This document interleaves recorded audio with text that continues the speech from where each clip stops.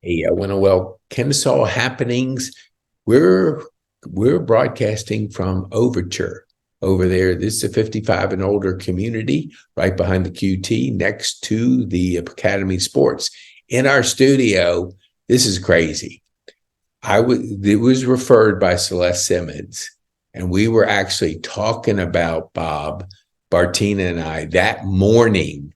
And then all of a sudden, we're putting this thing together, and we're going, that's the gentleman that Celeste said it would make a great guest. So we had two parties coming together to bring Bob on our podcast. So, Bob, tell our viewers who you are, what you do, and who you serve, and then we'll get into the podcast. Well, to do all that, Pete, you may not get a chance to say anything again.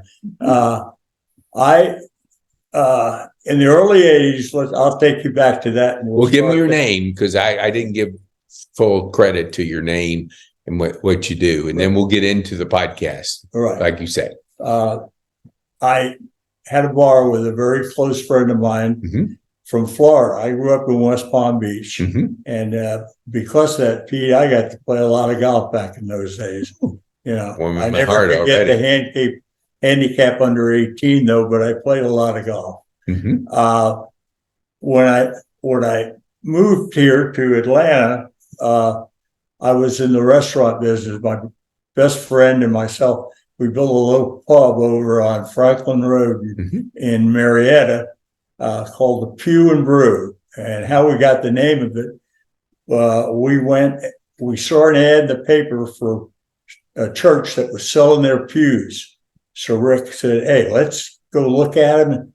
We looked at them. They were big enough. We cut them in half, made the booths out of the pews, and we stuck the name Brew behind it. And it became really the first sports bar in Cobb County. We had one big screen that was shot from up. The camera was up here, and it was very antiquish for today's way of podcasts and things of a big screen. And we went to opening night in 1980, and since our logo was a Franciscan monk, I went and got the outfit, and when we went to the ballpark, I wore it. And so we went to the Cincinnati, was the Braves' opening game of the season after they'd been on the road and had not started off well at all. And so Cincinnati was in town, the Big Red Machine. So I said to my partner about the sixth inning, I said, the bottom of the seventh, I'm going to get on the dugout. I said, this is, and he said, "You can't do that, Bob." I said, "Well, I can." "Well, watch it." So I got on the dugout in the bottom of the seventh. Braves were down 3-0, excuse me. And Chris Chambliss came to bat. It was his first year after he signed with Ted and the Braves. So he comes to bat, down 3-0. I'm on the dugout cheering. What's Chris Chambliss do? He hits a home run. Whoa. And wow. Now, when this game started for a home opener season, we had 11,000 people there. 11,000, which is sad. So you would say this is before 91 when they won beat Pittsburgh. Right. Yes. We'll get into a pennant race in 82. But so I got off the dugout, and a security guard came over and said to me, "Sir, I've been to tell you, please don't get on the dugout again. You're not allowed." So I said, "Sure, no problem." Well, the bottom of the eighth, Bob got on the dugout again. So growing up, were you a rule follower, or did you break the rules? Oh, I broke the rules. You weren't. Okay. You weren't allowed. Your mom is responsible for you being a radical promoter, or is this your dad? No, my dad unfortunately had already gone to heaven. Okay. And so my mom, she still lived down in West Palm Beach, and she was a big fan of baseball and everything. So I get up in the eighth inning. I looked out and I said, "Oh no, to myself, I said, I'm in trouble." They had security guys coming down all the aisles. So I said, "Oh my God." So they got me off, and they were taking me up, and they were going to arrest me and take me to jail. Each stadium has a little holding cell down at the bottom for people who get rowdy. Mm-hmm. So I asked the gentleman that was pulling me over, and I said to him, what did I do wrong? He said, well, other than getting on the dugout, he said, you're disturbing the peace. And I looked at this guy and said, are you kidding me? I think you're supposed to cheer for your team. This is a baseball game. Yes. Yeah. Well, he didn't like that. He thought I was being a smarty. Yep. So thank goodness Walter Minshew, who was the Wayne Minshew, excuse me, was the director of public relations. Mm-hmm. Well, he saved me from going to jail. He said, after they had the little talk, he came over. He said, Bob, can you meet me about 10 o'clock in my office tomorrow? I said, yes, sir, I'll be there. So I go back into the stands, and the crowd were applauding after seeing what was happening to me. And a guy leaned over Pete to shake my hand. And when I did, I said, I haven't heard this much noise since I scored a touchdown at Notre Dame. Now that was a fib. Yeah, but it was a good fib. Good, breaking the ice. This guy's eyes got as big as lion's eyes. Yeah, and everything. So that's how that all started. I did that for the next 4.5 years. We had the playoffs in '82 where we went to St. Louis, and we were winning 1-0, and Nuxie was pitching a gem, and it starts to rain. Mm-hmm. And not very hard, but all of a sudden they called it quickly. Mm-hmm. Well, it turned in that nobody ever got back on the field. And so that evening I ran into the umpire crew where we were having dinner, they were having dinner. So I went over and I asked them, why'd you guys call the game so quickly? I mean, stopping it. It was raining drizzle. So they were still, he said, we were told by New York that they did not want a rain delayed game, that they wanted the full 9 inning. So it rained for 2 more days. So I had to go back to Atlanta. You know, my partner was saying, okay, you've done your tour duty, get back here. So I went back. They lost that game. They came to Atlanta, and Rick Camp started the second game, and we lost that also. So they took the 2 out of 3, and they went to the World Series because that was the playoff situation back in those days. Let me stop you for just a second, Bob, because I want to give our viewers a little context to the Braves fans that are here in this building too. What were some of the players in that era? Can you share a few players? Benedict was your catcher. You had Chambliss at first, Hubbard at second, Ramirez at short, and third base on Chipper wasn't around yet. Okay, that was before Chipper. Guys, we had Washington out in the outfield. Kelso was in the outfield, and the pitchers were we had picked up when we made the trade for Smoltz. They got from Detroit. He was coming down. Okay. Yeah, what was it like, Phil Negro? At any point was that crossing over at all in that area? Nuxie was a great guy. Nuxie was one of the guys. The next night he handed me a baseball, and it said, "To the monk, best wishes, Phil Negro." Wow. So dang. And that's something our viewers like to hear, because everybody knows Negro. What they saw was the little fans getting involved in it. And another little funny story, the director of public relations department was a guy by the name of Bob Horner. That's right. Yeah, that's the Bob Horner days. Right. Yeah, Horner was at third base. Yeah, he was one of the top picks coming up. Well, he was number 1 draft pick, and he came right to the Braves. Never played minor league. Yep, that's right. I do remember that now. Yeah, and then with Hornet, we had Murphy out there in center field, Right. and Washington was in left, and Kelso was out there too. So, Wow. Nuxie was a great person, and Yep.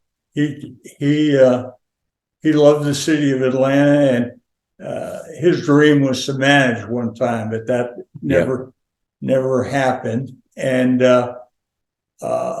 but I got to be fairly good friends with Nuxie. Spina bifida was something that he was big in back then, and we got involved together and had 2 golf tournaments. And did you ever have any of the Braves come to your bar and like sign or just promote or anything like that? Was that something you would do as a promoter? Mike Blum, here's a story. Yep. Mike Blum was also a magician. Mm-hmm. So when they went out on strike that year, Blum came up to the bar and he worked an hour doing tricks and all magic and everything. Well, Channel 5 heard about it, and Channel 5 showed up. So I was really proud of that. And then all of a sudden, it's on the next night news. Mm-hmm. Well, the next morning I get a phone call from Mr. Minshew. And he said, Bob, you can't do that. By doing that, you're supporting the players and not the not the game itself. Right. And I said, well, I'm sorry, I didn't realize that. So he said, yeah, just don't do anything to get on TV anymore. Right. And so that goes counterintuitive to a business, because our viewers, a lot of are business owners, and they have to promote their business. What advice would you give to them? I know we have that tied to baseball and to you performing on the dugout and being the monk. What would you suggest to our business owner in getting publicity, promoting? Any advice that you can share with them? Well, I think what happened with me was a once in a lifetime type thing. They're a lot more careful now.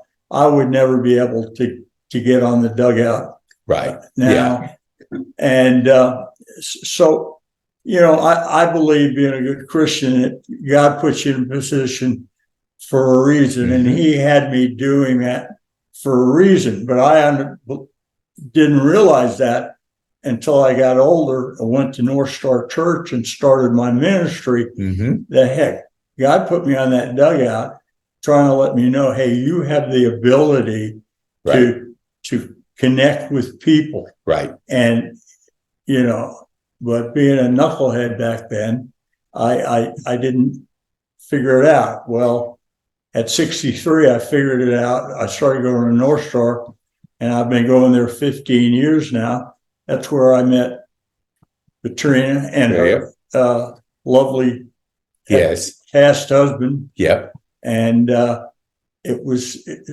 so my whole life has changed since I got involved with North Star, and Mike Lynch, who is one of the great pastors of the metropolitan Atlanta area. Tell our viewers, because Celeste also, besides Bartina, had told me about you. So tell our viewers, what are you doing now to support? What is your ministry? What are you doing over there? And how can our viewers, understand enough about to open up doors for you, contribute, do some things to help support you?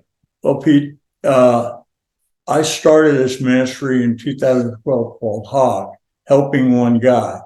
And it was a spin-off of an organization called HOW, Helping One Woman. Well, when I saw them at North Star doing these dinners for these people, I said to Kelly Maddox, who was one of the people that were in charge of community services, I said, the men need something like that.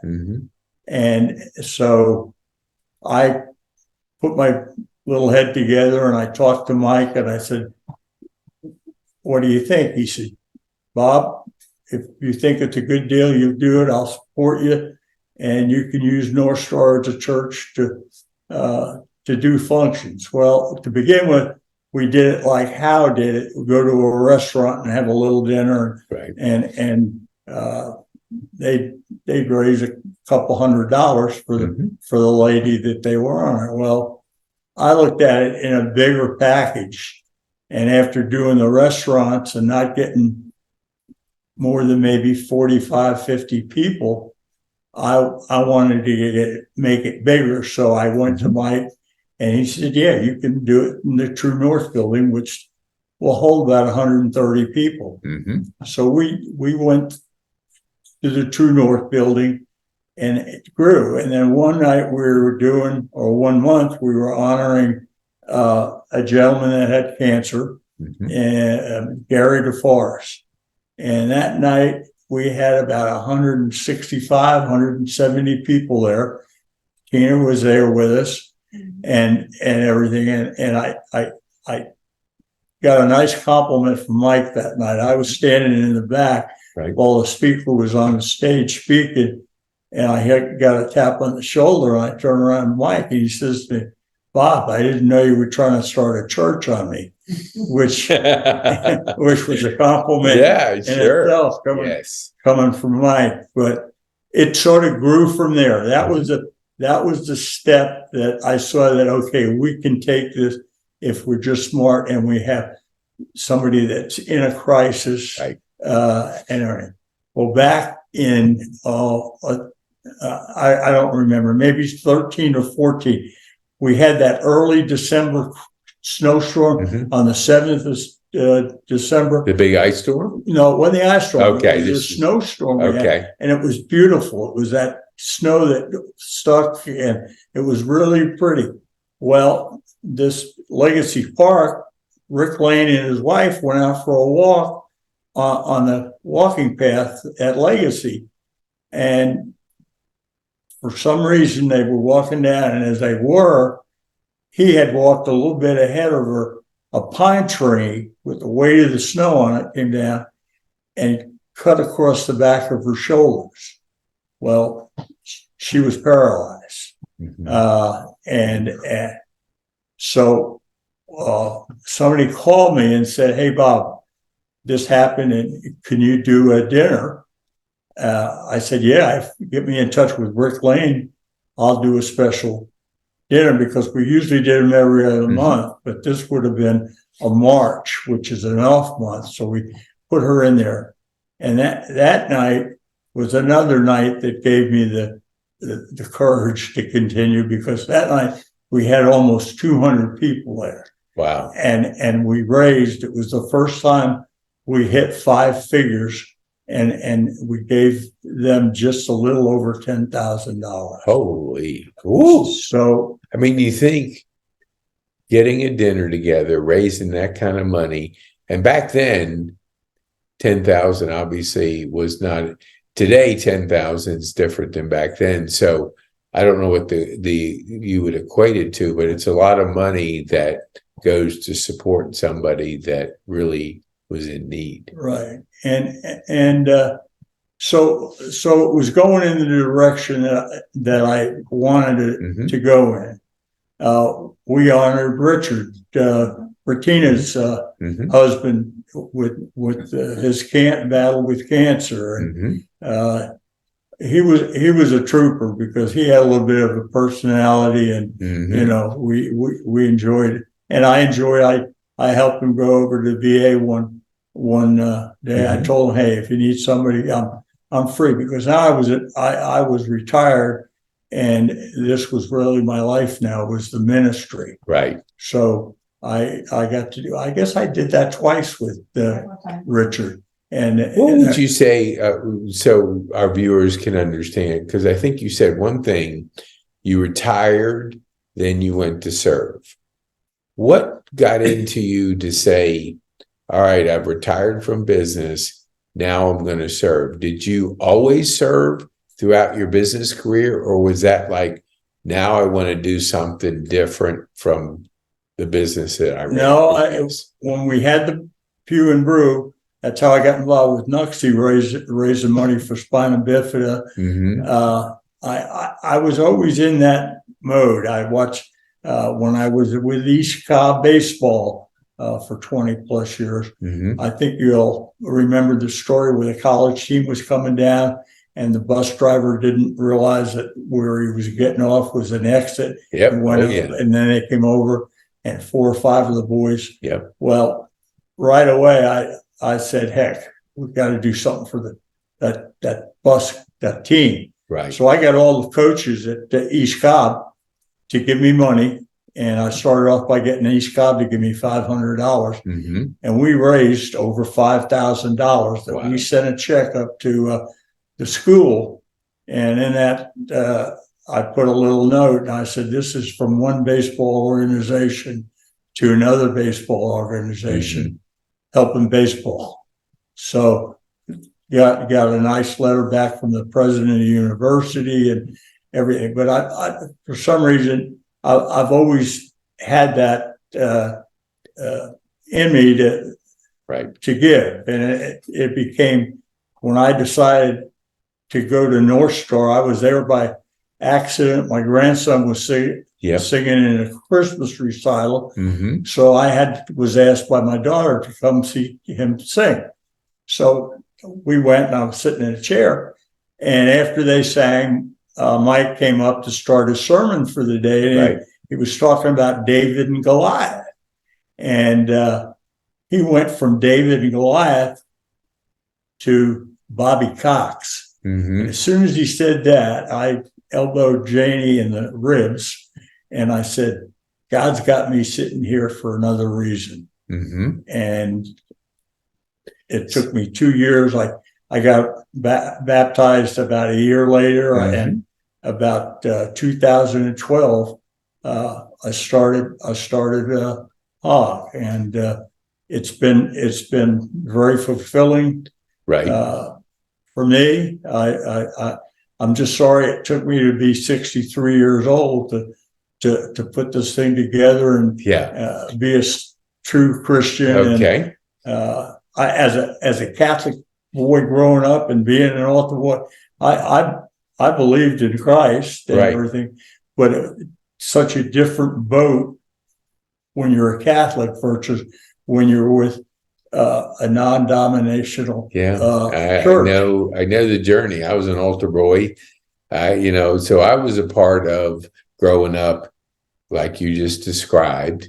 And I know you came into our studio with a Notre Dame hat and Notre Dame, jacket. So the big shout out to the Fighting Irish up there in South Bend. So I want to draw our viewers to a couple points if I can. You really talked about serving. So you talked about, give our viewers that are not currently serving, like what I want to get to is like, how did it feed your heart? Tell us what you were able to, experience by shifting to a more servant heart versus people that may be out there going, what do? I just retired. I'm playing golf 5 days a week, but I'm not getting that satisfaction. What can you tell our viewers? Well, it's one of the things as the founder of HOG, and Bertina will know this when I say it, is one thing I didn't do because I didn't know the Bible inside and out. Now I'm still learning it as a new Christian at different Bible studies, like we just started in the book of Timothy and everything. But my thing that I would say to them that I thank them from coming from an ordinary Tuesday night to turn it into an extraordinary Tuesday night by opening your hands. You can't be a giver if you sit around with fists. Because there's not a lot of things you can do with your fists. Can't drive with your fists. Can't cut your meat with fists. It's a good analogy. So you got to open up your hands, and you got to be a giver. And somewhere along the line, God had put that into me. But I just kept missing the boat. Not understand. it took me sitting in the church listening to the pastor Mike Lynch talking about it, and so it's easy to go to church on Sunday and on Monday talk a little bit about what went on Sunday, and then by Tuesday you've forgotten it, and Wednesday, Thursday, Friday it's not even in your brain.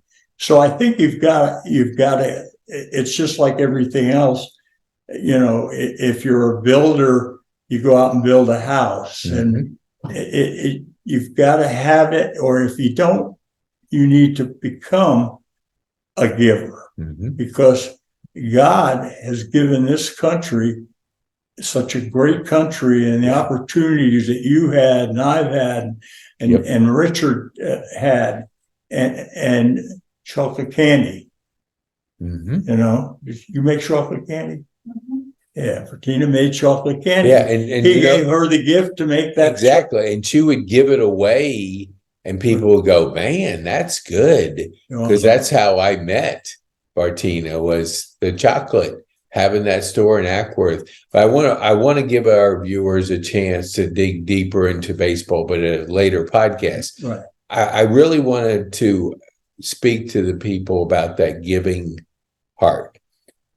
If you're, quote unquote, you said it, like a taker versus a giver, give our viewers, what one thing could you tell our viewers about that open hand philosophy? I want you first, before you answer that, tell our viewers, how can they support you, and what organization are you working with over at North Star that you want our people to know about? Well, first, Helping One Guy, you can go on the website at www.helpingonedie.org.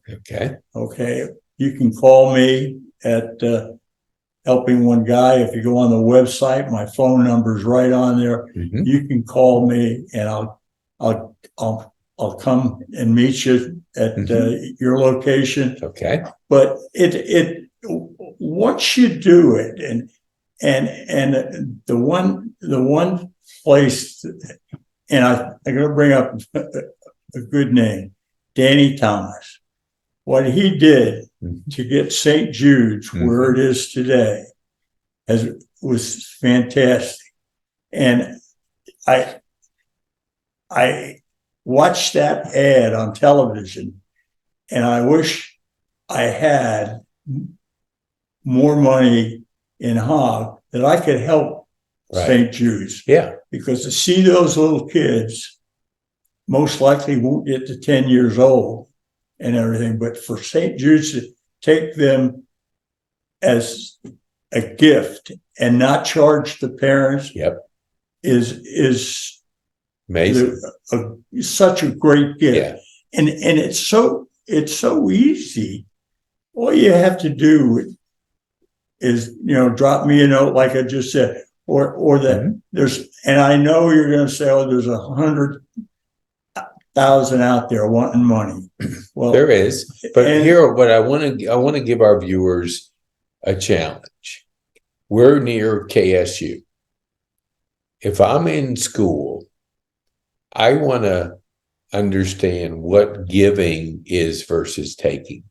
Would you consider maybe mentoring like college kids? In your experience has been the giving heart, and you're not 25 anymore, either am I, but there's a lot of 25-year-olds at KSU, or 22, whatever. Would you consider somebody coming alongside of you that you can mentor and work with?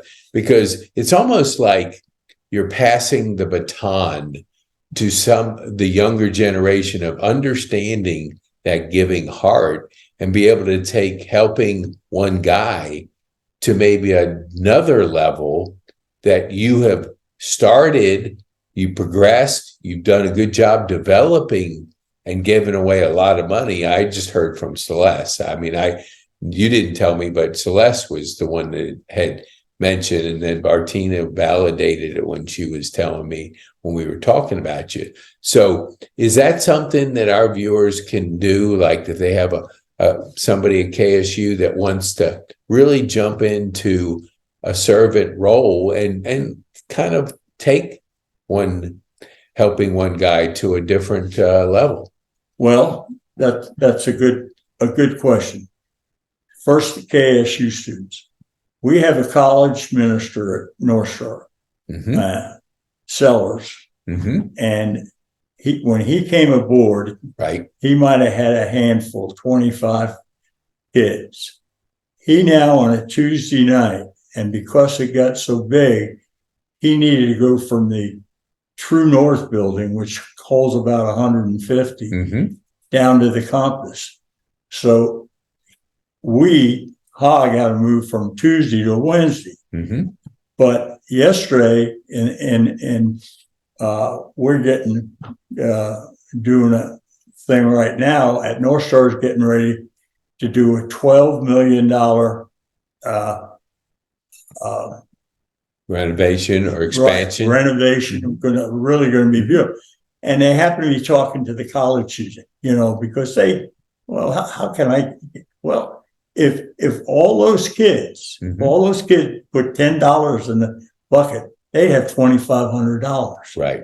And I wouldn't be surprised that between now and sometime before this semester's over, that WAVE is the name of the organization, doesn't turn around and do something like that. Well, awesome. Well, why don't you do this? Why don't you reach out? I don't remember the name, the person that is connected to the college ministry. We'll have them on the podcast and challenge, because I don't even know if you need 100. You need to have 1 or 2 people that will continue your vision of where you want to take it, and they can do the legwork to because it's education. Right. You educate people on the power of giving. If they haven't discovered that, they now see that giving's a whole lot better than taking. So, Bob, as we wind down, just tell our people how they get a hold of you, and we'll have you back, provided Bartina can schedule you and put you in the busy schedule I know that you have over at North Star. Well, let me just, in closing, that right now, Shannon Saworski has taken over presidentship and the director of HOG. And our vision now with Shannon is to go to another church. Right. Get another church involved. Okay. Well, Freedom Church, which is in Cobb County on 41 Highway, is the first one to step up and want to get involved. Awesome. So we're going to have 2 dinners this year. Will be at Freedom Church. Awesome. And they're going to start next year that they will be doing their own. Okay. Wow. We're just going to show them how it was Give done, them the and blueprint, what they need to do. help them not make the mistakes. Because anytime, every business, every church, every organization, you have a path and there's landmines there, as they used to say. Is if you can get organizations like Freedom Church to avoid those, and they can move faster to grow what experience you have. Now, is Shannon a girl or a boy? Shannon is a girl. Okay. All right. I just want to. Shannon is that we There's have nothing wrong with a girl taking a guy's isn't. organization. I'm not. I just didn't know, because she is definitely the pig with lipstick. Okay. She is a go-getter. Okay. Kane knows her. She owns a barbershop in Kennesaw. Awesome. She's been cutting hair since she was 14. Wow, that's what you call hustle. And she's involved. Yes. She knows people. Okay. So going and having it at another church is something I've been thinking about for the last 5 years, but haven't had the whereabouts, not the whereabouts, but the group that I could trust to do that. And now she's putting together a great board of directors. Austin, who is an assistant pastor at at Freedom. He's going to be on the board. Yeah, he's KBA's, I think, president-elect. I'm not sure, but I know he's on the board over there at KBA. Right. So he's obviously a leader. Right. And so, but I want to wind down because we want to give our viewers, we always, we're now appealing to the generation of short attention span. Mm-hmm. So we want to recognize that our younger viewers like shorter things, like short videos, TikTok, and all this. Top golf is like shorter experiences of golf. You're not the 4 or 5 hours that we learned how to play. Mm-hmm. So let our viewers know how they can get a hold of you, and we'll have you back, Bob. Okay. Well, like I said, it's www.helpingoneguy.org. Helping One Guy is one word. Helping One Guy, put them all together, .org. And that's the best way to get me. And then on there, you'll see my phone number. You're more than welcome to pick it up and call me and everything. And, I will set up. Maybe we get Sellers over here to talk about absolutely. College kids. And yes. There's another guy, Scott Slonia, businessman, that just started a group about youth. And what he's doing is he's getting Kennesaw Mountain kids to mentor high school kids. And the high school kids are kids that are getting bullied and have one parent or have both parents are working, so they're home at night so he's trying to help these kids, and he got a grant from Cobb County for $350,000. Yeah, and we got to get him to spend that money with some schools in the county. He's got Marietta and he's got Osborne involved right now. Good. He's trying to get some other ones. So awesome. He's another guy that I would mind getting over here with you. Oh, he's been on, and his daughter Amy. Oh my gosh, that girl, that lady, his daughter's a rock star. Right. I mean, she takes care of seniors in helping them really discover the movement, whatever. All right. So Bob, we're going to wind down because we can't tell them everything because then we can't have you back. So if you know Bartina well enough, you've got to talk to her about getting on the schedule to come back and visit with us. Would you agree to do that? I would love to do that. Okay, awesome. Well, thank you, Bob. Thank you so much for wearing Notre Dame stuff. This is for you, Rose. We have a Notre Dame guest in the house today. So thank you so much. And Mr. Hauser's yes, that's Larry. Larry, hey, Bob knows and has I guess you guys cross paths. Dick Hauser. Yeah, Dick, and back when we were in high school. Okay, awesome. Well, we'll have Larry back. We might have you and Larry back, and boy, we could talk. We could geek out on baseball. Well, I want to say thank you, Pete, for having me, and it's been a pleasure meeting you. And absolutely, you're a godsend. I appreciate. Hey, look, we're so glad that 2 people recommended you come on the podcast. Well, so thank you, Bartina. Thank you, Celeste Simmons. All right, bye now. All right. Well, thanks a bunch. See you all. God bless.